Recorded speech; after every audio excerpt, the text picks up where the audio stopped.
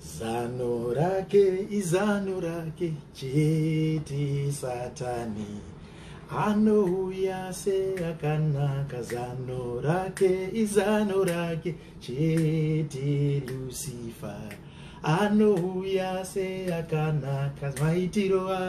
Maitiro ake chete Satani anouya seakanaka. Maitiro ake chete Lucifer anouya seakanaka. Maskati, good afternoon.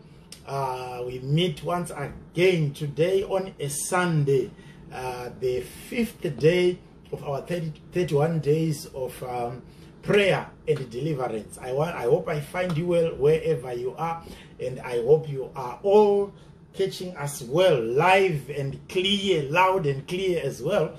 And we are going to continue with our series. Remember, we did day 1, day 2, day 3, day 4, and like I always say, if you have missed any of our sessions, I would urge you to just go to our YouTube page, Rakanzi APM TV, kana kuti ukangotsvaga pakanzi Rev Chivaviro kana kuti Apostle Chivaviro, is the same YouTube channel. You go there, you subscribe. It's free to subscribe. You go there, you just watch some of the sessions that we have done already, and today is session number 5 for day number 5. And remember, it's about prayer and deliverance. And we said probably the very first third of these sessions, which means up to session number 10 or 11, we are going to be looking at analyzing and seeing what the enemy is like and how the enemy operates. Like the word of God says, kudzidza mabatire emuvengi kunotipa kuchenjera, kudzidza mashandiro emuvengi kunotipa kuchenjera. Hanzi tinofana kuziva mano ake Satani kuti tigare takangwara. So we are not preaching Lucifer, but we are preaching Christ in order to understand how Christ encounters.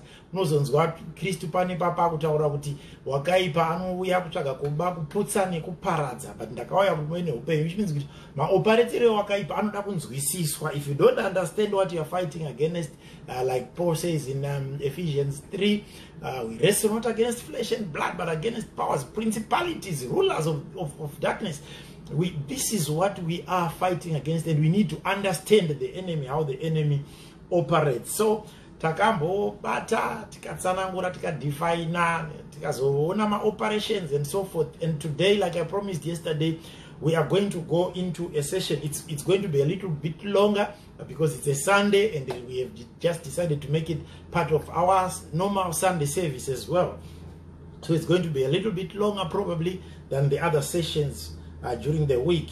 So today we are just going to look at the 10 operations that I promised yesterday. The 10 ways in which Satan operates. Tukakutarisha nzira 10 dzaanoperata nadzo. Uchaona kuti papa zvimwe zvinhu zvese tingaziva nekudzidza nekuverenga patinongosvika pa kuda kudzidza kuti muvengi anooperata sei. Unotanga kunzwa mavoices mauri, so anogona kukubvisa pa broadcast, anogona kukubvisa pauri kuteerera, anogona kukuti achidzima, anogona kuti chinja channel, anogona, you will hear voices, because kana tasvika ipapa manje ndo pane key. But pane key yekuti unzwisise maoperatero emuvengi, wangosvika ipapo chete iye ega anototanga kuoperata mauri kuti urege kunzwa zvatoda kutaura. So I want to pray that you are not going to miss any of these 10 points. And for those who are writing down, I will probably do it in such a way that those who are helping us, those who are typing on the comment section, can be able to pick up the verses and at the same time pick up the main points, so that those who are going to watch even after this live broadcast will also be able to get what we are saying. But nasi tinombotara nzira 10 dzaanoperata nadzo. Ugogona kuona kuti pamwe at times wakatosvikirwa kudhara usingazivi kuti watosvikirwa. Pamwe at times wakatoshandwa wakatopedzwa newe usingazivi kuti ndiye Lucifer atoya akashanda newe. So we are going to look at that, and we will, as usual, we will all do it through all that we're going to do. We're going to do it by sharing also in the scriptures what the Bible is saying. And may God help us to go through this. As I was praying for this session, the Spirit of the Lord was speaking to me kuti kune vamwe vanhu vachakura pakutenda. There are some people whose faith is going to be uplifted because of these sessions, and we are already seeing that, and we want to thank God for that kind of communication. So atidi kupedza nguva, regai timhanye zvinhu gumi, the 10 ways or strategies that Lucifer or Satan uses to attack us. My God. So the first one, Satan lies, and he is the father of lies. Satan lies, and he is the father of lies. Now, let's look at scriptures, and then I'll explain. John 8, verse number 44. John chapter number 8, verse number 44. He says, when he lies, he speaks according to his own nature, for he is a liar and the father of lies. John 8, 44. When he lies, he speaks according to his own nature, for he is a liar and the father of lies. Ukatarisa uchaona kuti chinongokuudza kuti ava ndo baba venhema dzese. Uchaona kuti panotanga kuapia, panotanga kunzwa nezva Satan in the Bible, muromo wake unototanga kubuda wakanga uri wokunyepa, ndokuda kuvhiringa Adam na Eve, achitanga na Eve pakunyepa kuti konai ndizvo here kuti zvakanzi musadya kana kubata muti uri pakati pemunda. Ndizvo here kuti zvakanzi musadya kana kubata. Now if you go back to what God said to Adam, Mwari vakati musadya, and that's what is in the Bible. But Satan akuya anobva awedzererawo kake manje kadomaso bati zvakanzi musadya kana kubata, do not eat or touch. Kari ka statement kari sarcastic kake kekuda kuedza kukonesa zvakataurwa naMwari kuti shuwa here kuti makanzi musadya kana kubata zvinhu izvi. Patinotanga kumuonera Satan kunyepa, achibva ipapo next statement yakunzi hamufe, makanzi munofa. Ivoti takanzi kana tikadya zviro kwazvo anzi tichafa zviro kwazvo, and then Lucifer but hamufe. Unaona chinhu chaanotanga kuita when the enemy attacks you or uses a person to attack you, the common thing that he does is to lie. Amari ukaona marevera anoita vamwe vanhu nhema, unobva watoona kuti apa pane mweya wokushandisa vanhu. Pega pega panofambiswa zvinhu zvekunyepa, pane spirit iri behind, demon riri behind rekunyepa, and Lucifer himself, as the Bible says, is the father of all lies. Saka strategy yake anoshandisa kutanga kukunyepera, and paanokunyepera hauzoone kuti wanyeperwa, unozoona watovhiringwa kudhara, unozoona wanyura, unozoona wapinda mumadhiri akunyudza, unozoona mari usisina mubenki, unozoona umwe ukama hwaparara, unozoona wasara wawega wega. Ndopanoona kuti mai we pano ndakanyeperwa. Nyamba istrategy inoshandiswa newakaipa yokunyepa, ende nhema zvadzinoita chadzakaipira. Vanotaura nechirungu vanoti lies travel faster than the truth. Dzinokurumbidza kuita, dzinenge dzakashongedzwa kunge dzakakavhwa, dzakaputirwa so nemakala akanaka, ende dzinokurumbidza kufamba kudarika chokwadi. Unoziva kuti pakaita munhu anokupomera iwewe iko zvino kubasa kwenyu kana kwaunogara kana kuchechi kwenyu, pakatanga kutaurwa nyaya iko zvino kuti wakaita chakati kana pane chakaipa chawakaita kubasa, akaba, akatora mukadzi munhu, akatora murume munhu, akazoite dzikatanga kutaurwa, shoko rinokurumbidza kunofamba stereke, kusheyiwa nevanhu, kuposta magrupu nechi inhema ndo dzinokurumbidza kufamba.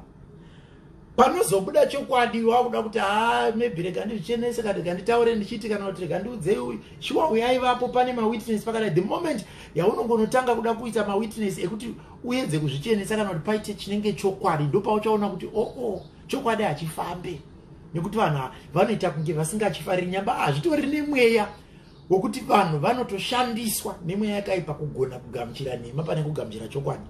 Vana Adam na Eve vari kukurumbidza kugamuchira. Eve akakurumbidza kugamuchira chaapiwa naSatani, chaMwari chechokwadi, chinoita kunge chisina akanzwa, but chaSatani chakakurumbidza chikatorerwa action nekuda kwekuti inhema, he is the father of lies. Saka uchaona kuti when the enemy wants to attack you, chaanotanga kutungamidza kumberi falsehoods, anotanga kukutungamidzira zvinhu zvisipo, anotanga kukutungamidzira zvinhu zvekunyepa, anotanga kukupa false promises. Kana mukomana akapindwa nemweya wasatani, iwe anogona kukunyepera zvokuti unofunga kuti zvino ndakuenda kunogarika nyamba zvese zvataurwa hapana.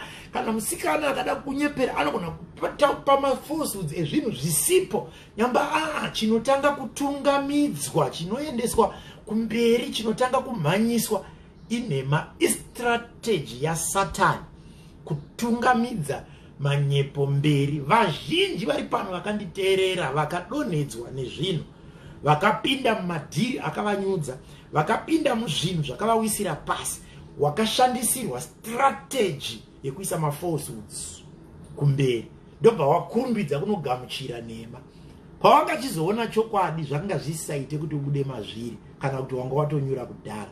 Saka strategy number 1 Satani anoshandisa, he uses lies, and he is the father of all lies. Nasi ndoda kuti patinenge takunamata tinamete nomwe munhu kuti Jesu kana iri iyo nzira nezvokwadi neupenyu, if he is the way, the truth and the life, then may Jesus cover you, so that whenever the enemy comes and brings lies into your life, Christ in his power, in his glory, through the power of the Holy Ghost, will be able to reveal unto you all negative things, all lies, so that you can be able to see what is the truth.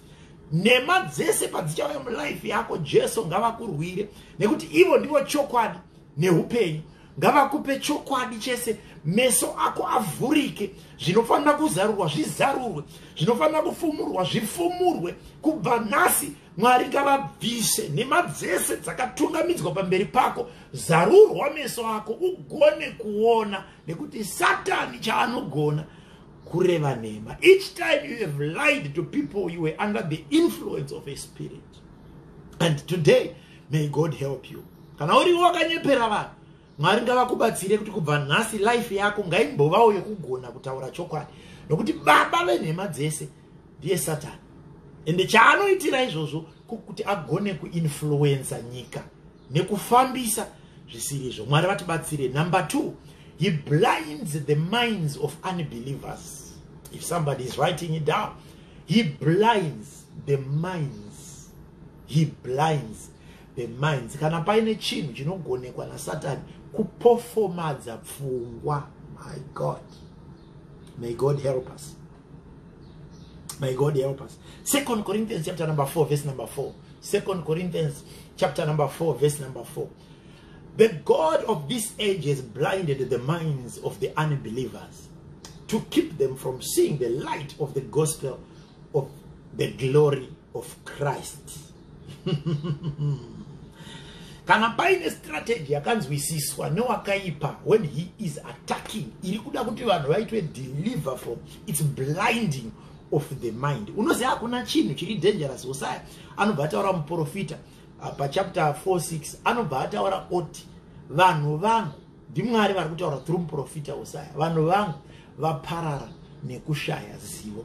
But chiri kunzi kushaya zivo, kudzimaidzwa, kuvhiringwa, kuita pfungwa dzinovharwa. Ini ndakaona vanhu vachibirwa nemastrategy ekuvharwa pfungwa. Once the mind is blinded, you are easy to manipulate. Once the mind is blinded, it makes it easy for every demon to do what they want with you. Once the mind is blinded, awone rima rikangouya chete, chero munhu akauya achida kukutaurira chokwadi chakaita sei, haugone kuchigamuchira, because rima rakaputira. When Lucifer wants to fight, chaanogona kutanga kuita akapedza kunyepera vanhu, anobva avavhara maziso kuti vasaone chokwadi. Vanhu vangani wewe, right? Katibotaura right chidai. Vanhu vangani wewe? Vawakanzwa vachiti vauya akuita regret, munhu achiuya achiita regret, so achitaura nyaya yake kuti vedu we kusaziva kufa. Vangani vakamuzwa vaidaro, vedu we kusaziva kufa. Handina kumboziva kuti ndo zvaari.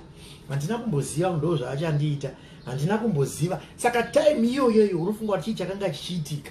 Akanga akaita kuputirwa. ende paanoputirwa haagone, even vamwe vanhu vakauya vachida kumubatsira havagone, haabatsirike because akaputirwa. Kusvika musi unopindawo chiedza oti bhebheneke kudai, ndo paanozoti handina kumboziva. Nyamba itori strategy yaLucifer, kutori nemadhimoni anomirira kudzimaidza vanhu.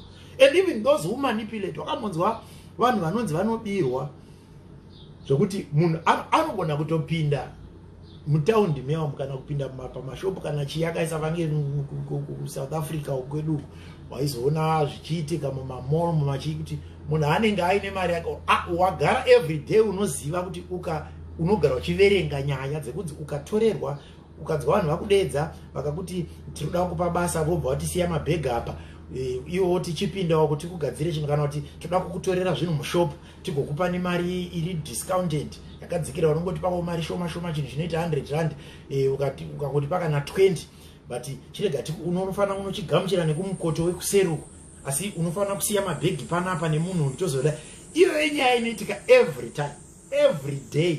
Zvino pane munhu anotoitirwa izvozvo osiwa mabhegi ake osiya akamagadzika nemumwe munhu ende unotopinda mo uchitozviziva kuti ndo zvinoitika. But rega ndikuudze kuti kana chaLucifer chamanipulatwa chakupinda mumaindi yako unosiya bhegi racho uchitoziva kuti une nyaya fodza wakanzwa dzakadaro dzevanhu vakaitirwa izvozvo, but unodzokorora kublindwa in the same manner.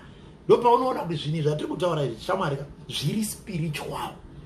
And ukasawana covering the blood of Jesus, ukasawana enlightenment the Holy Ghost inside you, unoramba uri munhu wekungokwidibirwa nevamwe chete mazuva ese uchitorerwa mari uchitorerwa zvinoramba zvichiitika kunyange wakazviudzwa kare, but pazvinoitika unonzwa munhu achitaura kuti ameno chinenge chachandibata ichocho chauri kuti chinenge chandibata ameno changa chandibata. Ndo strategy yaSatani yatiri kutaura kuti ngirozi dzake dzinomanipulatwa nevepano pasi kuti dzigone kuvhiringidza mafungiro ako, and you are blinded. And when you are blinded, you are too blind to see what you are doing. You are too blind to see what you are doing. Ask the Holy Spirit to open your eyes so that you can be able to see. And when Lucifer comes with that strategy, you are able to overcome. Number 3, he masquerades in costumes of light and righteousness. He masquerades in costumes of light and righteousness. Alright, kuti tigone kuinzwisisa rega tikurumbidze kumhanya mushoko. 2 Corinthians chapter number 11. Toda kuverenga verses 13. Tichaedza kuona togona kusvika pa15 ngatongoverenga 13 chete. 2 Corinthians chapter number 11. Vari kunyora vaya vari kutinyorera pamacomments atinyorere 2 Corinthians chapter number 11 verses 13 to 15. This is when Paul is saying some people are posing as apostles who are not. That's the issue that he was trying to address. And he says, even Satan disguises himself as an angel of light. So it is not strange if his servants also disguise themselves as servants of righteousness. Ukazoverenga 1 Timothy chapter 4 verse 1 inotaura nemadoctrine avanototi ari demonic, anonzi doctrines of demons. Kureva kuti pane zvinotoiswa nemweya yetsvina, pane zvinotoiswa nemadhimoni. Acts 20 verse 30 Acts 20 verse 30 inoti they will not spare the flock but will draw people away to destruction without God's gift of discernment. Iri kuna Philippians chapter number 1 verse 9. Without God's discernment, iri kuna Philippians chapter 1 verse 9, you will always be lied to and you will always be deceived by people who appear as if vari kuda kuita zvinhu zvechiedza. Strategy yaSatani yatipatsana ngore manje. Strategy yaSatani kuapia senge chiedza. Ende ndopa unoona kuti kune vanhu apa example iri kupiwa na Paul. Example iri kupiwa na Paul it's example yaari kutsanangura nayo in such a way yokuti ari kubata zvinenge zvinoenderana nemachechi, but azvipereri mumachechi chete zvedeception. When you are looking at the way this world operates, you see that when Lucifer is attacking, He will attack by pretending to be the angel of light. All the people that have been deceived in this world were deceived by people who appeared to be what they are not. All the saints who were deceived by people who appeared to be genuine and real. Whether it's in church, whether it's in the community, whether it's at schools, whether it's people who appeared to you as if they were genuine. And then after you have been tricked, you realize something is happening, something is going on around me. That's when you pick up and say, oh my God, something has already happened, something has already happened, something has already happened. You're starting to cry, you're starting to look for help, you're starting to look for assistance from other people, opinion of other people, but already the damage has been done. It's a strategy that Satan uses. When he's attacking you, he will appear as if he's the angel of light. And the angels, the demons that we spoke about on the second day, when they are used and manipulated to effect that strategy, vanouya kwauri vagoshandisa vanhu vanoapia. Wakambona munhu achibirwa here mutaundi nemunhu akapfeka sutu netai nebhachi akachena, and you think this person is definitely genuine because of his appearance. When this strategy is effected, appearances will appear real, yet they are not genuine. Appearances will appear genuine, yet they are fake. And this is how people are being deceived. I will come here and pretend as if I am a saint, as if I'm an angel and so forth. And then after I have used you, after I have used people, after I've used the saints, and they realize, oh, we have been duped here, we have been duped, what is happening, what happened to our money? So then that's when you pick up, oh, takashandiswa. It's a strategy. Whenever the angels of darkness are attacking, they will never appear to you as angels of darkness. The reason is, you see, I remember when we were asked to draw Satan in the books, in our books, you know, you will draw this animal, this person with big horns and so forth. And do you know, because of that picture, we are all deceived. Because when we get the picture of Lucifer right from the days when we are young, when we get the picture of Lucifer, it's a picture of somebody who is very ugly with horns and tails and so forth. And that is the first deception. Because he is not like that. So at the end,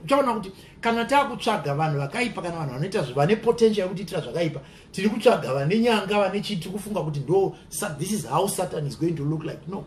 Satan is an angel of deception. He will appear like an angel of light. So as a result, takafurirwa takafunga kuti anofanira kunga ine mazinyanga nemazimiswe nechi dai aiuya aine miswe nemazinyanga vataitiza asati atomboataka, and nobody would be fooled by him.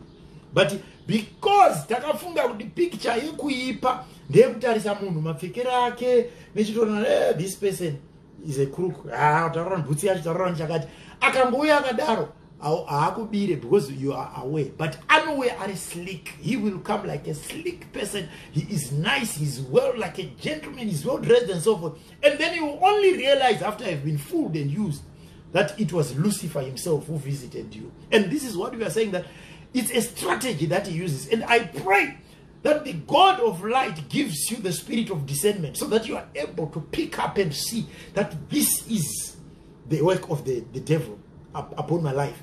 This is the work of the angels of darkness upon my life. May God give you discernment to see angels of light and angels of darkness. Munhu wese akafurirwa ari kunyengedzwa right now uchiapirwa as if munhu aruda kukuitira zvinhu zvakanaka, aruda kuita madhini akanaka, ndaita mabusiness akanaka. I am praying right now by the grace of God, may your eyes be open.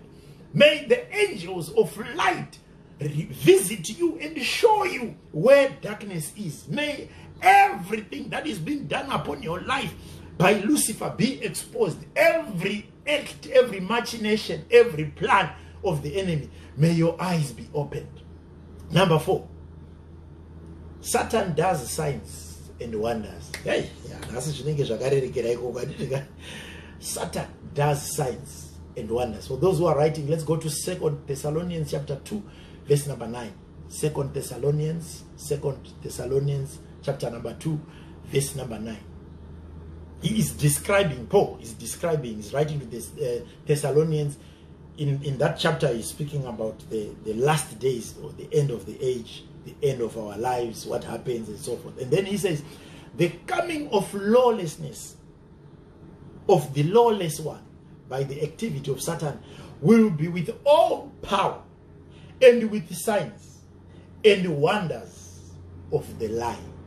Power, signs, wonders of the lie. I want us to read again Matthew chapter number 24, verse number 24. I want you to see something. This is Jesus. Then it was Paul who was saying, but now we want to read what Jesus said, also on the same matter. Matthew chapter number 24, verse number 24. He says, false Christs and false prophets will arise and show great signs and wonders, so as to lead astray, if possible, even the elect. So false prophets will arise, false Christs will arise, and they will show great signs and wonders, so as to lead people astray. And if possible, even the elect. The elect is those who have chosen Christ, accepted Christ, and received Christ as their Lord and Savior. But munofunga kuti uya kuziva zveshoko zvakanyanya. Saka parikunzi the elect, what Christ is warning us is, even vari muchechi vanogona kufurirwa, even vakatogamuchira Kristu vanofuririka, even vaya vanoti isusu tagara makore tirimo muchechi vanonyengedzwa. This is what Christ is saying. What is this strategy? This strategy yokuti Satan unoratidza zvinhu. Remember when Moses appeared before Pharaoh, and then he brought out his rod, threw it down, it turned into a snake. And the Bible says Pharaoh also called his magicians, and they threw their rods also, and they turned into snakes. So, which means they have a possibility, even when they are witch doctors, they have a possibility to perform wonders and signs. And you should never be fooled. You know, I always say to the congregation, I always say to them, let us know the reason of our fellowship. Let us know the main cause of our fellowship. Who has gathered us here? It is all about Christ and nothing and no one else. When we gather together as saints, we are gathering because of Christ. And what we need to value, above every other thing. Miracles, signs, wonders, God is able to do exceedingly abundantly above that which we can even think of or imagine. God is able to do those things. But however, Lucifer is also able to do those things. This is what the Bible is saying. This is what Paul is saying. This is what Jesus is saying. So don't be fooled. No,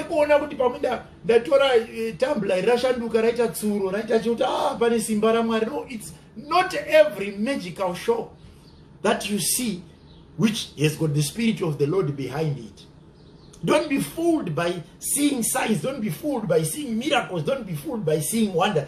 This is what Christ is saying. This is what even Paul the apostle is saying. Usanyeperwa nekuona minana ni mashiripiti. Satani anozvigonawo, anogona kutoita minana, anogona kuita mashiripiti. Chikuru chaunofanira kutsvaga umambo hwaMwari nekururama. Seek ye first, Matthew 6:33, the kingdom of God and its righteousness. Every other thing that you will need will be added unto you. Don't start by pursuing those things that will be added unto you before seeking the kingdom and righteousness.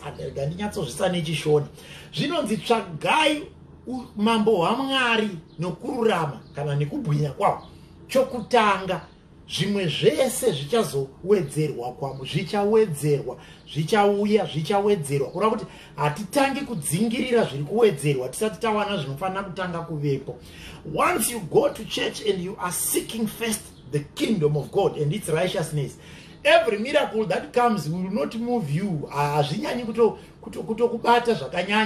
You can't be swayed because you have seen a mobile phone turning into a laptop or a laptop turning into a car, and then you say, no, this is the power. No, God is able to do that, right? Yes, He is. He is all powerful.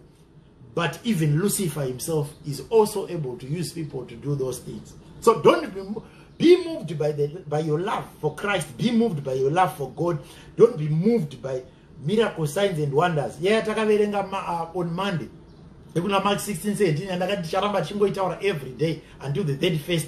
These signs shall follow them that believe. These signs shall follow them, or these miracles shall follow them that believe. They will lay hands on their sick and they behold, they will cast out devils and so forth. All those things, these things shall follow them that believe. Not even the believers who follow the signs, no, it's the signs that will follow the believers. Saka chini basa chekutanga tenda Mwari umude nemoyo wako wese nepfungwa dzako dzese nesimba rako rese. Love God. And when you love God, signs and miracles will follow you. You don't follow signs and miracles. No. You follow the love of Christ, and then the signs and miracles will come. No parwanda deception kuvanhu vakawanda. Unobva wavarwa maziso zvokuti unobva watadza kuona. It's a strategy yaSatani anoshandisa. Number 5, because of my time. Number 5, Satan tempts people to sin. Satan tempts people. This is the common one. Satan tempts people to sin. If you go and read Matthew chapter number 4 verses 1 to 11, Matthew chapter number 4 verses 1 to 11, you can pick on anything there, any verse within that scripture, and you will see what Christ is talking about. In the wilderness, the devil comes to him and he tempts him. And you can also read Luke chapter number 22 verses 3 to 6. These are common ones that I don't read. These are the common ones. And I want you also take note of 2 Corinthians chapter number 11 verse number 3.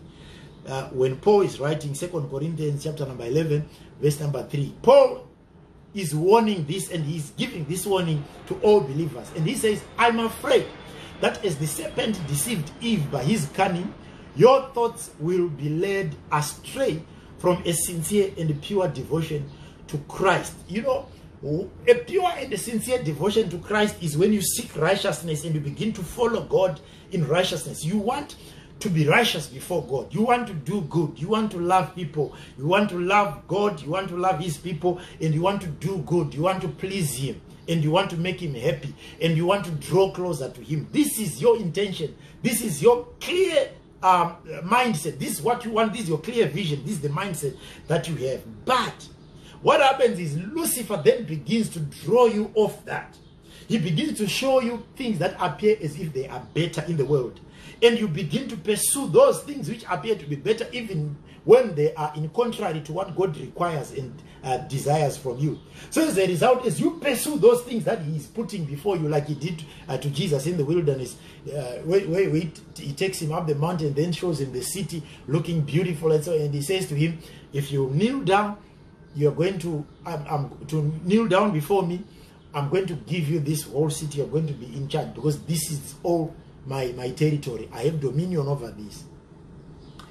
And this is exactly what he does. There are certain things that Lucifer brings before us, Satan brings before us, and we are tempted to follow those things, even though we know they are contrary to what the word of God is saying. Even though we know once you do this, you are displeasing God. Once you do this, you are making God angry.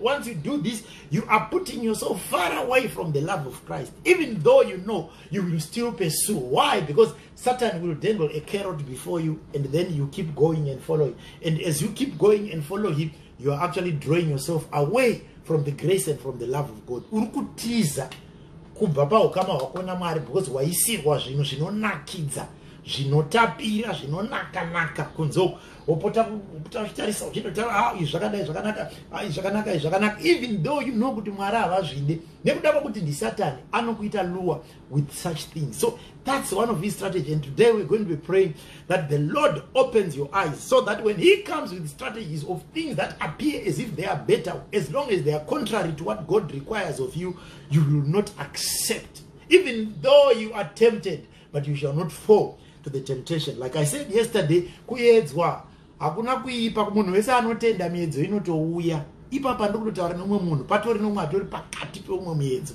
As I am speaking to you now prophetically, there is somebody atori pakati peumwe miedzo ari kuedza kufunga so kuti ndotora decision ipi, ndoita here kana kundoregedza. Kana wanzwa shoko irori usati wazviita, ibva watozviregedza. Kana wanzwa shoko irori usati wazviita, ibva watozviregedza. I'm being prophetic right now to somebody who is watching me right now. kune zvauri kufurirwa nevanhu kuti ngatiite chakati. Strategy dzaSatani to lure you and take you away from what Christ requires of you. Number 6, Satan plucks the word of God out of people's hearts and chokes faith. He plucks the word of God out of people's hearts and chokes faith. All right, what are we saying? Strategy of Satan to pluck the word of God out of your heart. If you go to Mark chapter number 4, verses 1 to 9, it's a common story again, a common parable that Jesus uses. He's speaking about the soils, and he speaks about the 4 soils. And verse number 15, he says, I'll read this one. Satan immediately comes and takes away the word which was sown in them. He immediately comes and takes away the word which was sown in them, which means Mwari vachita basa rekudyara shoko ravo muvanhu richiparidzwa vanhu vachirinzwa zvauri kuita izvo vanhu vachibata izvo vachibata izvo vachibata zvipinda ibasa raSatani kuenda kunoplaga out that word. And when he does that, if you go to Romans chapter number 10 verse number 17, Romans 10:17, he says Satan snatches the word. Satan immediately snatches the word because he hates faith which the word produces. Paunonzwa shoko raMwari panoproducwa yatinoti faith, unokumbidza kusunza kutenda kwako because shoko raMwari uri kurinzwa. Mazuva aunoverenga bhaibheri zvakanyanya uchangonzwa wega kuti uri kuswedera pedyo naMwari. But what Lucifer does, anokuisira mweya wekuvenga kuverenga bhaibheri. Apa regani bopagara. A lot of people who are being deceived right now is Lucifer is taking advantage that you are God. Satan is taking advantage because your relationship with God is very far away from each other. God is this side and you are that side. That relationship, you are far away from each other with God. And because of that, he keeps drawing you away, away, away. And as the distance grows, the more you are prone to be attacked by the enemy. The more you are not prayerful, the more you are not fellowshipping with others at church, the more you are not getting to hear the word of God daily, the more you are not getting to read the Bible, the more you are prone to be attacked and to be overcome. You will be conquered by the enemy. Icho kwadi kuti shoko dzimenguwa pamwe munoti andinoshaya time ndinoita sei, but I want to ask you just one question. When last did you hold a Bible just to read? When last did you grab a Bible like this? When last did you just hold a Bible to read? Or maybe it's on your phone. When last did you move away from your Facebook, WhatsApp, whatever, Twitter, Instagram, and just go to the Bible app and read either a scripture, a verse, a passage, a chapter? When last did you do that? And you will testify that each time you spend a lot of time without doing it, you feel, even your spirit, you will feel that you have been drawn far away from the love of God. Yet the love of God is always there for us, but we are pulling ourselves away from that love. Each time you are not, because God stands by his word, and his word is what gives life. So as long as you are not stuck in the word, you are actually pulling life, the plugs of life away from your spirit. And as a result, you will end up empty and dry. And when you are empty and dry, Satan anotora mukana iwoyo manje to attack you. Whenever you are not reading the word, whenever you are not listening to the word, whenever you are not soaking yourself in the word, your relationship with God inotaramuka. And pane munhu andiri kutotaura ipapa unoti kana akasatoona mavhesi anyorwa pamacomments ipapa haana kana day one ipapa ndiri kutoita ndichiti ndikaritaura ndotoriverenga bonzi ndoziva kuti kune mumwe asingatoriverengi even ndabva panapa haana kana time yekuti aritarise or even to verify what I was saying. You just believe because it's the man of God who has said it. But what if what I'm reading now is not there in the book?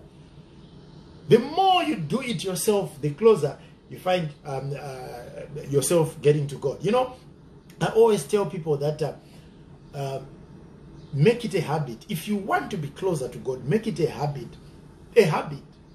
a character. That be the last thing that you do before you sleep, you read the word of God. And the first thing that you do when you wake up, you read the word of God. Whether it's one verse or a chapter whether it's just a passage, but just teach yourself from tonight. Teach yourself.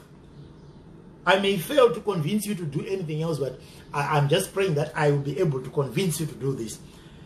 Each night, before you sleep, the last thing that you do, you've done your phones, your whatever, your conversations, your social media and so forth. After everything is done and you want to switch off the light and you want to sleep, the last thing that you do, just read even one verse. One verse from the Bible. And then first thing when you wake up in the morning, I know most of us, because of social media now, the first thing that you want to do is to look for your phone, and then where is it? And then you want to find out what was happening when you were sleeping. Before you find out what was happening when you were sleeping, I need you to just pick up your phone and just read one verse from the Bible. If you don't have the Bible up on your phone, I know you've got the space, you can clear something else, just get the Bible up on your phone, because I know the only thing that will be on you each and every time throughout the day is your phone. Just download the Bible app and every day. Or if you can't even download, you can Google a verse, a scripture, something. Pick up on where the word of God is being shared. Make it a habit that each night before you sleep and each morning when you wake up, you read the Bible. Just try that. When you feed your spirit with the word, Lucifer will not find a chance to even say his lies upon your life. Saka chaanoita ndekuti panotaurwa shoko anokunzvengesa. And this is why mchaona kuti baba dai kwakuriko kunzi I've just started doing something, maybe it's a drama or zvimwe zvinhu zvekungosekawo kana makuhwa kana chichi, you would find that even the views on this Facebook live, even the views, they will turn into thousands and thousands of views. But let me begin to share the word. There will be 3 people, there will be 10 people, there will be 5 people. If I had time, I would just switch this off and then I begin to sing and dance and ndikatanga kuwa ndindi panapa tichididi unoona ma views achikwira so kucharupinda ma 1000. Why? Because it's strategy ya Satan to pluck the word out of the believers. Haadi kuti usvike paunonzwa vhangeri kangani kaunogara uchiteerera munhu ari kuparidza vhangeri kusvika anopedza. Semaitiro aunoita kana uchiona pari kubuda vanhu vari kutaura nyaya dzemakuhwa dzavanhu vakarowana, dzavanhu vakasekana, dzavanhu vari kutsvinyirana, akapinda izvo akatanga kudziita, so unotoda kuti aramba achingotaura chete. But kuri kushoko ukaona 2 minutes ipapo wakutobuda, ukaona 3 minutes wakutobuda. Why? Because it is the strategy of Satan to make sure that you don't soak yourself in the word. Because when you soak yourself in the word, you will see the truth, and the truth shall set you free. Number 7. Satan causes sickness and disease. Look at my strategy. He causes sickness and disease. It's not every time. It's not every time, because when Jesus is saying, "I came to heal the sick," it's not every time that somebody falls sick that Satan has caused the sickness. But I want to tell you that it's a strategy that he uses. Each and every time he throws some inexplicable, mysterious illnesses even upon the body. I'm speaking about the physical body, not even the spiritual. You take somebody to the hospital, even the doctors, the professionals, they can't see anything wrong, but somebody is suffering. This is what I'm talking about. Unotora hama yenyu moenda nayo kuchipatara unonzi akaenda kwa doktani, akaenda kwa doktani, akaenda kwa doktani. Hapana, kune vanhu vamwe vanokandwa iyo chazoibata zvoni imwe time. Vanokandirwa mweya uyo Satan anogona kuisa zvingirozi zvake so zvigodhira nebody chaicho physically, this physical body to such an extent yekuti pawaifanira kuve progressive you fall sick, pawaifanira kuita zvinhu zvinobatika you fall sick, pawaifanira kunoita zvinhu zviri kukusimudza in life you fall sick. You take that person to the doctors and they can't see anything. They use every machine, every what, and they can't pick up anything. It's a strategy that he uses. But not only does he cause the physical body to be sick, even the body of Christ in itself. Chechi inorwara, chechi inorwariswa na Satan. Kupera kushaya simba, zvokuti vanhu varipo so kati president worship ngatiimbe, amona vamasande sekuti vanhu vanopinda, iwe uchipinda muchechi unonzwa chechi ichirema, so kurema kuti ndiri muparidzi angu auya, but utomboedza pamwe sesu tinomboshaura chauromboedza kuti ushaurewo kuti pamwe vanhu vangapika something tikamweya uri munhu munga, but unenge uchitodzwa kuti panapa pari kurema. Even as a congregant just visiting and going, unosvika soogara ona chechi muno mameno I don't know, there's something that is not clicking. There's some Lucifer causes the body of Christ to be sick. Munhu anoti akabata mic achida kuimba zvinongoramba so physically chaiva akabata kungonzwa kuti voice harisiro ranosimba naro mazuva. Something is happening. It's a strategy yaSatan.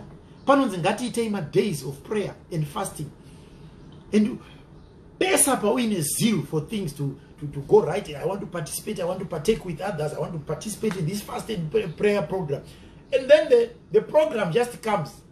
It's a strategy which Lucifer uses. He makes the whole program fall sick, and when the program is sick, nobody will commit themselves fully to do it wholeheartedly. You know, people will be doing things at the end of the day program, simba, it becomes less effective. Lucifer is able to do that. I was sharing with some people and I said, if in Job 1, Lucifer, the sons of God went before God, and then the Bible says Lucifer or Satan was amongst them. It means if Satan is able, to appear before God, even before the sons of God, what about muno mumacheche panopasa pakana achigona kuenda in the presence of God? Even where the angels, the sons and those that are called the sons of God, the angels, come before God and he appears before them, and God even asks, God does not ask Lucifer, why are you here? No, he says, where are you coming from? That's the question. Where are you coming from, Lucifer? Did you see my servant Job? Where are you coming from? Which means he is always coming before. Saka abvunza kuti wawire anobvunzwa kunzi wanga uripi urikubva kupi, you know. So kana achigona kuappear in the presence of God amongst the angels, what about in the presence of bishops and the prophets and the apostles and the pastors and the deacons and the elders? He can appear muchitoita all night yenyagoya ipapo. If you don't invite the Spirit of the Lord, if you are not serious in what you are doing, munotopedza fellowship yese muina Lucifer. Ende kana uchida kunyanya kumuona enda kumisangano yekuchechi unoitwa so. Pane zvimwe zvaunonyatsonzwa vanhu vachisimudza maoko achitaura unotanga wafunga kuti baba vachiri muna madhere maya vachiri muna, wotoona pamusangano wechechi vanhu vakutoda kutobatirana makapu nemabhaibheri, kutemana nemabhaibheri nemakapu nekuitisana nharo. Hapana chavabuda nacho chega chamangogona kuitisana nharo mumusangano wekuchechi. Ndio paunoona kuti Lucifer anotoappear. He makes the body sick, and kana zvangoitika izvo that the body of Christ yatoatakwa. And this is his strategy. So paunoita iwo kuti ndikuda kuita zvinhu zvaMwari, iye zvinonda serious, he will attack that body. You become too weak to pray, you become too weak to fast, you become too weak to fellowship. Even when you don't have anything to do, you become too weak to go to church. You become too weak even to watch when your pastor is preaching. Even on a live platform like this one, you become too lazy to watch, you become too lazy to listen. You know that you have intended something that is very well, that is very good with your spirit, but the body is attacked, and it is his strategy to attack the body. And when he attacks the body, you can't do anything. Munhu anokunetera, so masvika pazvinhu pamakuti ndo pari krusha panofanira kunge zviita, he attacks the body. Oh, Acts chapter number 10 verse number 38. It's Peter who's describing Jesus, who went about, he says, he went about doing good and healing all who were oppressed by the devil. Kana pachinzi healing, you know, oppression of the devil, you know, to consider sickness. I also want to take down John chapter number 9 verse number 3. John chapter number 9 verse number 3, and then add to that 2 Corinthians chapter number 12 verse number 7. 2 Corinthians chapter 12 verse number 7. I will read the one from John. It says, it was not that this man sinned or his parents, but that the works of God might be displayed in him. Because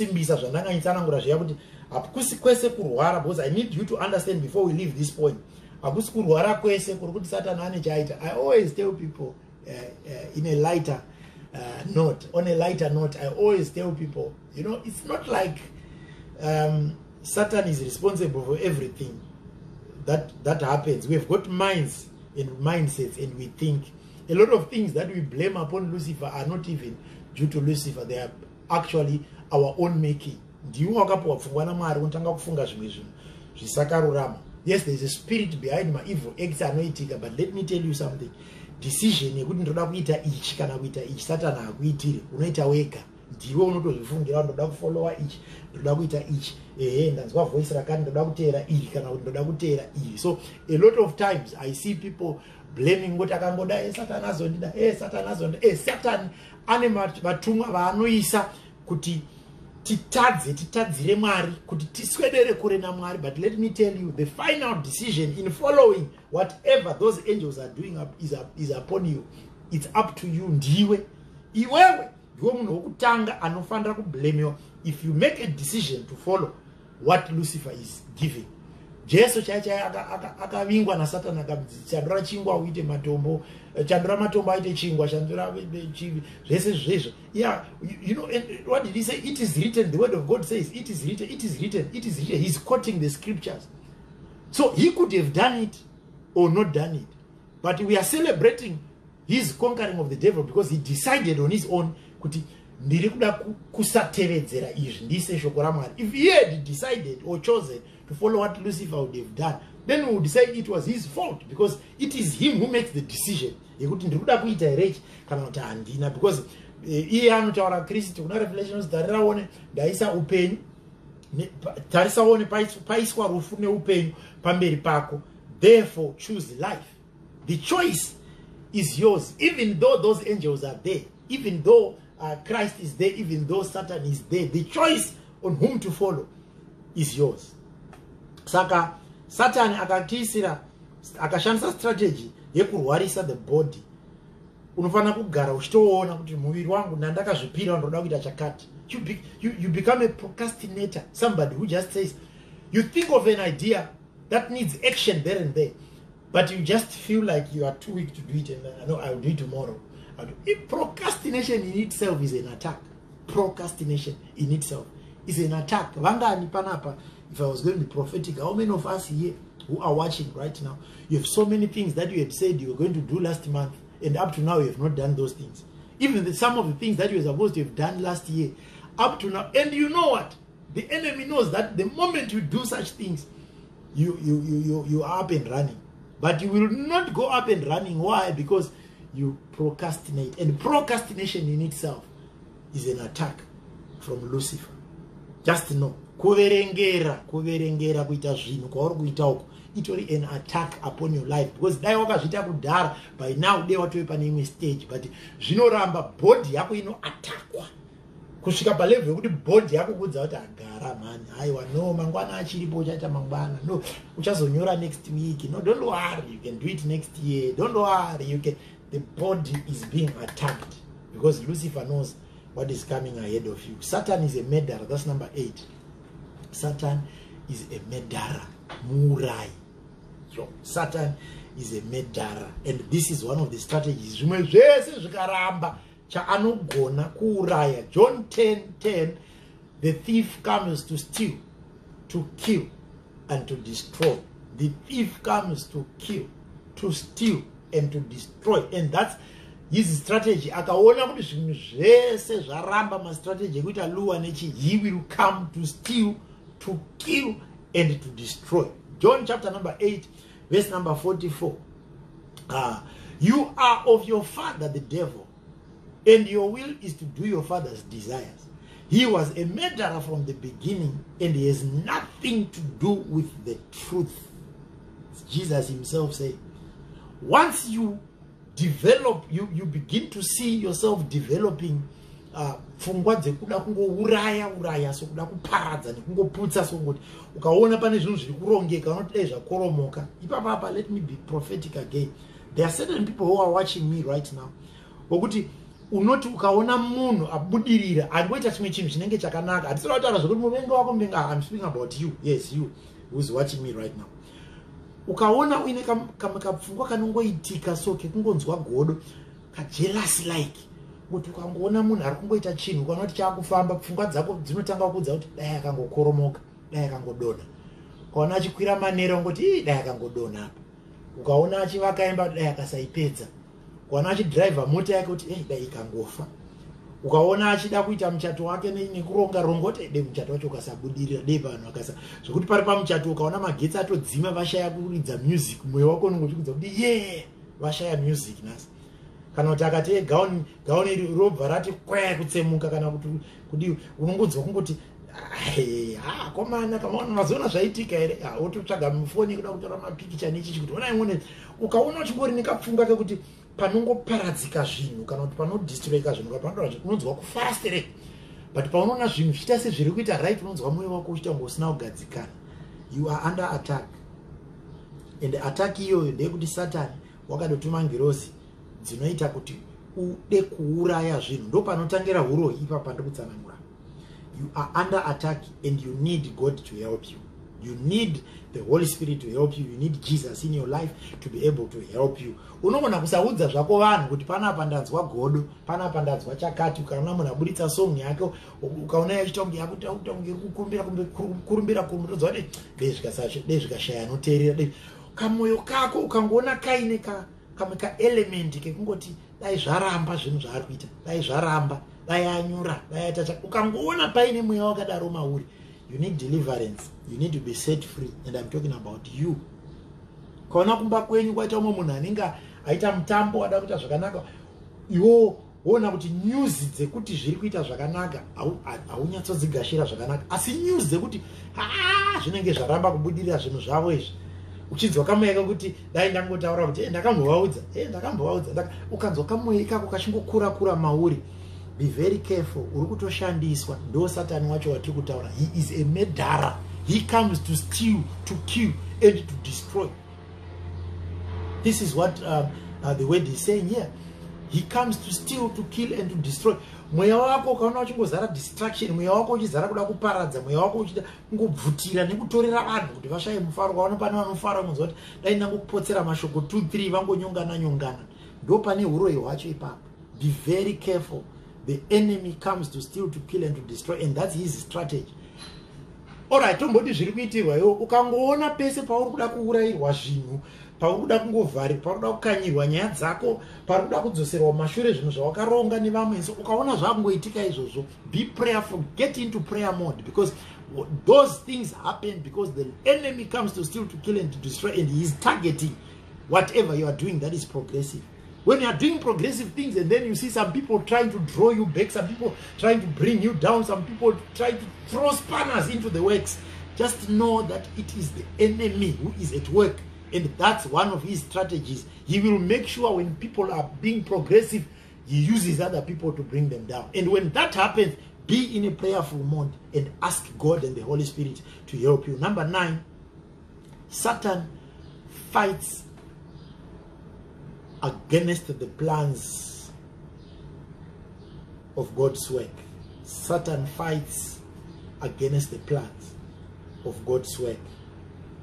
Do not want to 1 Thessalonians chapter number 2, verses number 17 to 18. 1 Thessalonians chapter number 2, verses number 17 to 18. Here Paul says, we endeavored the more eagerly and with a great desire to see you face to face, because we wanted to come to you, but Satan hindered us. We wanted to come to you, but Satan hindered us. His strategy, yes, Satan, to make sure the chese chiri kurongwa chevangeri chinorwiswa. I always tell some pastors in our ministry that if you are planning something, whether it's a revival, it's an evangelism crusade, whether it's a church service, if you are planning something and then you don't get an attack over the plans, ask yourself, why is Lucifer not interested in attacking us if what we are planning is a threat to his kingdom? Zvibvunzei kuti muri kuda kuronga revival imini, muri kuda kuronga crusade, muri kuda kuronga service, yorega kurwiswa kana kuti magetsi omboinda kana chaka poshaya mungodzwa kuti zviri kufamba zviri smooth. Zvibvunzei mubvunzo wekuti inda Satan asiri kuita shungu necrusade yedu kana crusade iyoyi ichizokonzeresa in his kingdom. Inda Satan ari kushaya shungu nerevival kana revival iyo ichizokonzeresa kingdom. I even share with pastors sometimes that, you know, when you are preparing, probably you are preparing for a service, you are preparing for a word that you want to go and preach, and you don't face some challenges in the process of preparing for that word, ask yourself, why was Lucifer not interested in challenging you before you even preach? I've seen preachers who go up the pulpit there, kumba kwavo kwabva vaburana, ozotaura apedza munhu wamwari, ipapa mazona ndangoparidza ndadaishuwa asi kumba uku zvinhu zvazvisina kubira mucho. Unyanzonoti after the service vakuwirirana zvinhu zvatove right, after apedza kuparidza ona kuti all right, it was targeting kusumuka kwake achiparidza evangeli. Saka dzimwe nguva ukagona kubata izvo unotozvinzwisa kuti chinhu chandakuita panapa chakufesa ma-attacks because chiri progressive and chinoataka the kingdom of Satan zvakaipa, ndosaka chichirwiswa. Munoona vanhu vakaronga conference yavo, vanotanga kushaya mari yekukwidza ma-conference speakers yacho. Kuti ma-conference speakers anoona kutomisa ndege, ndege yakazosimuka, motikari yakaputika vhiri, vakatadza kunosvika pa-airport netime. Unongoona nekuda kubvorongodzeka kunoitika conference isati yaitika, ndo zvinokuudza kuti conference iyo ichave effective zvakaita sei. Eventually ukatarira dzese dzamunorwiswa nenzira iyoyo ukadzicheka zvakanaka, uchaona kuti dzinopera vanhu vakarevival zvisingaiti, vakasimudzirwa. Why? Because the enemy was trying to make sure that it doesn't happen, and it is one of his strategies to fight when God's work is being done. The last one, Satan is an accuser of people. Satan nangopa 10 strategies dzaanoshandisa, but hadzisi dzese, dzakawanda.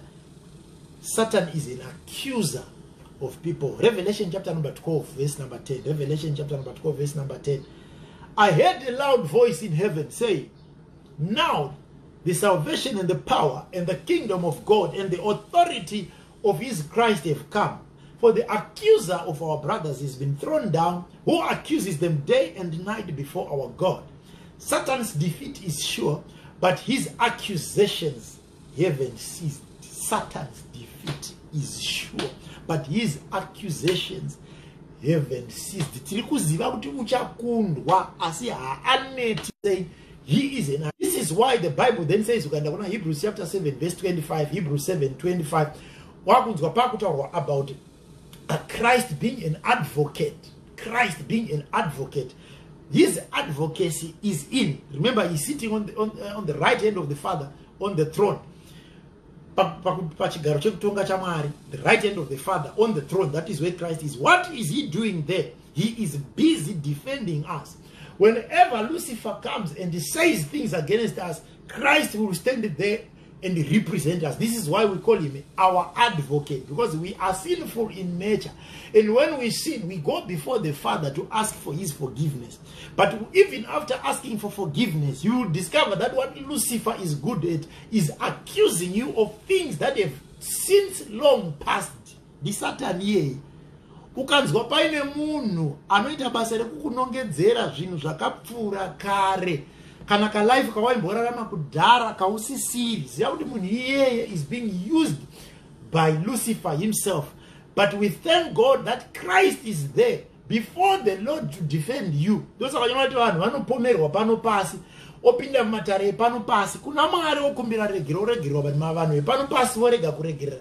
Vepano pasi chero vakasakuregerera, but kudenga kune anonzi Kristu akakufira pamuchinjikwa, aripo kukumiririra nekukureverera, kuti kana waenda nemoyo unorevesa before him, he is able to stand and say, Baba varegererei nokuti havana chavanoziva. Baba varegererei, onai vakumbira. Baba varegererei, onai ndo zvandakafira pa Calvary. Christ is busy advocating for us, where Satan is busy trying to let everything chawakatadza kare bring it back. Ndo paunoona kuti mwana anozoti chero akapinda muchechi arikuda kuimba zvada kujoina mapresent worship nechi mweya wake unokurumbidza kunorohwa nespirit yaLucifer anomudza kuti iwewo wakadai, iwewo wakamboita chakati, anodzika maso kapfungwa kakangopinda maari anobva agara pasi. kana kuti abate chi haadi kuita, kana kuti aite chi acha, because mweya unongoramba uchingomudzikisira pasi, akada kuti adai akangofunga zvakaitika kare anodzikisirwa pasi. Sometimes haasi anofunga zvakaitika kare, but zvinototaurwawo nevamwe vakamukomberedza, because remember takati ngirozi idzi kana dzichishanda dzerima hadzishande kunze, hadzishande mumasofa, malaiti, machizvi, dzinoshanda nemuvanhu, inonopinda mune umwe munhu. And one of the people who can be used by Lucifer to remind other people of their past sins is you. Yes, you who is watching me right now. You can be used by Lucifer and his angels to try and remind people of their wickedness of the past. Be careful, be very, very careful, because this is part of his strategy, and he needs people to use to remind others of their past wickedness. Munhu akauya muchechi akati ndatendeuka ndagamuchira Kristu, mutambire, because chechi yaari haisi yako, chechi ndeyaJesu. And when Christ accepts that person, who are you to say this person is not acceptable? This is what we always talk about, and this is what we always preach about. We serve a God of love, and a God of mercy, and a God of forgiveness. Be careful not to be used by Lucifer to try and advocate for the sins of others, not on behalf of others, but to make sure that you are advocating for them to be prosecuted instead of for them to be pardoned. Be very careful. But when that happens to you, when the sins of your past are brought before you, also know that it's a strategy that Lucifer uses to attack you, to attack your progress, to attack your personality, and to attack every effort that you are making towards righteousness. When God has forgiven you, if Christ has set you free, remember it says in 1 Peter, if Christ has set you free, you are free indeed. If you have come before the Lord like the prodigal son, and say, Father, I come before you, and I need you to forgive me of my past sins, and set me free, God is going to do that because of the blood of Jesus that was shed on Calvary. Kuna mwari vanoregerera chero vanhu vakasa kuregerera. Kuna mwari vanoregerera. Whatever you have done, you have a chance to go before the Lord and ask, kuti Mwari, I am claiming the power of the blood that was shed on Calvary. Cleanse me, wash me. And he says in Isaiah, even though your sins are red as scarlet, I'll wash them to as white as snow. And this is the love that we have in God. And this is how different God is from people. People may not forgive you, and people may not even forget, but God will forgive, forget, wipe the slate clean, and make you acceptable unto him again. If you do it, nemoyo unorevesa. Ndoma strategy anoshandiswa nasa ndangotite 10 nhasi nekuda kwetime, but mangwana we will come and proceed with our short sessions as we focus on prayer and deliverance. Now, it is very important kuti once wama strategy akadai asatani ese ari 10 ugone kuchikumbira Mwari, prayer tinoda kuita iko zvino, to ask God to help us. Lord, help us. Lord, help us. Lord, fight for us. Whenever the enemy is coming to attack us using any of these strategies, open our eyes so that we are able to see him before he attacks, so that we are able to see him before we are defeated, so that we are able to see him before we are conquered, so that we are able to see him before we are deceived. We want to see the strategies that he is using. We want to see the ways that he is going to come through. We want to see whatever that he has planned against us, and we want to conquer. And when we want to conquer through the blood of Jesus Christ, make sure you are prayerful and make sure you are reading the word. Those two basic things are the things that you need. Against all these strategies, soak yourself in the word. Soak yourself in prayer. Always be in communication with God. Remember, we said every relationship is cemented by communication.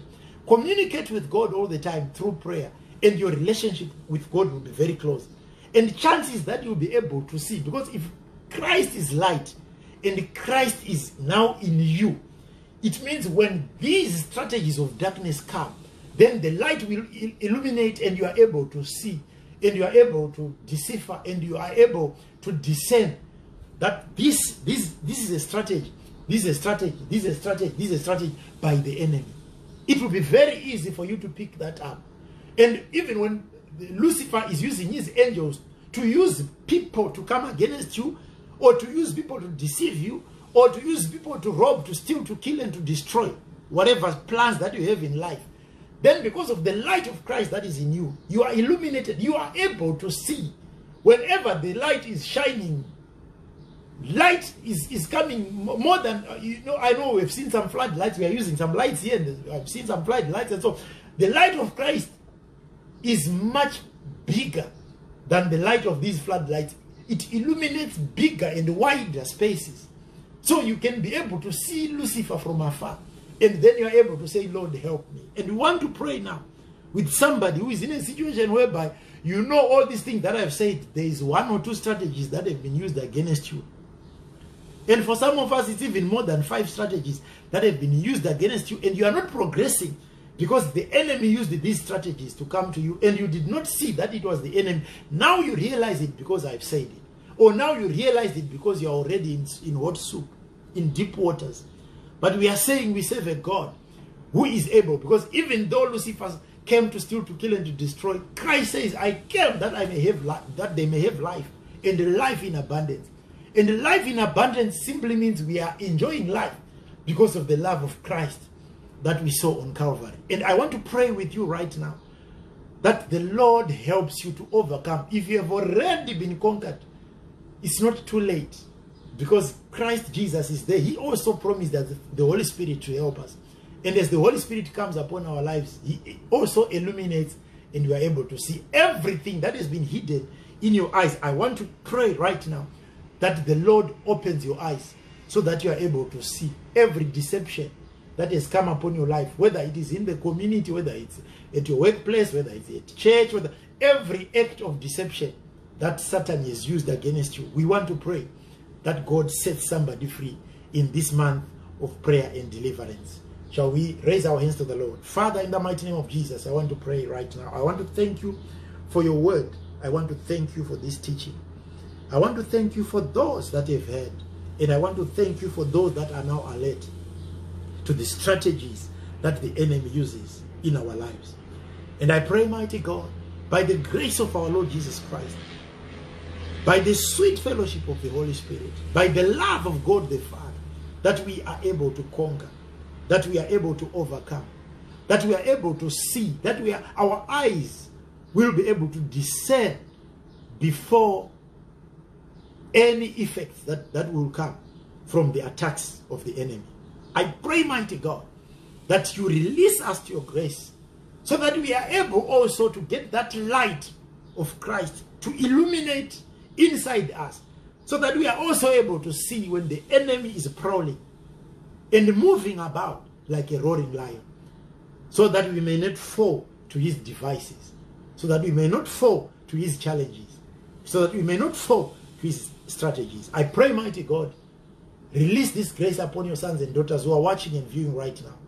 In Jesus' mighty name we pray. Open our eyes, Lord, that we may see the truth, and only that truth shall set us free. In Jesus' mighty name. Amen. We want to thank you again for coming on board. Zvakangokosha kuine vanhu vanenge varipo zvichiitika vachinzwa.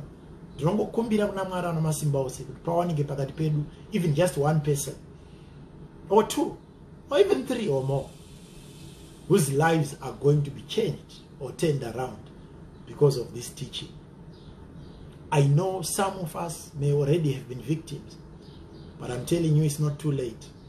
God is there to stand with us. God is there to open our eyes so that we may be able to discern, and in the future that we may also not fall victim and prey to these strategies.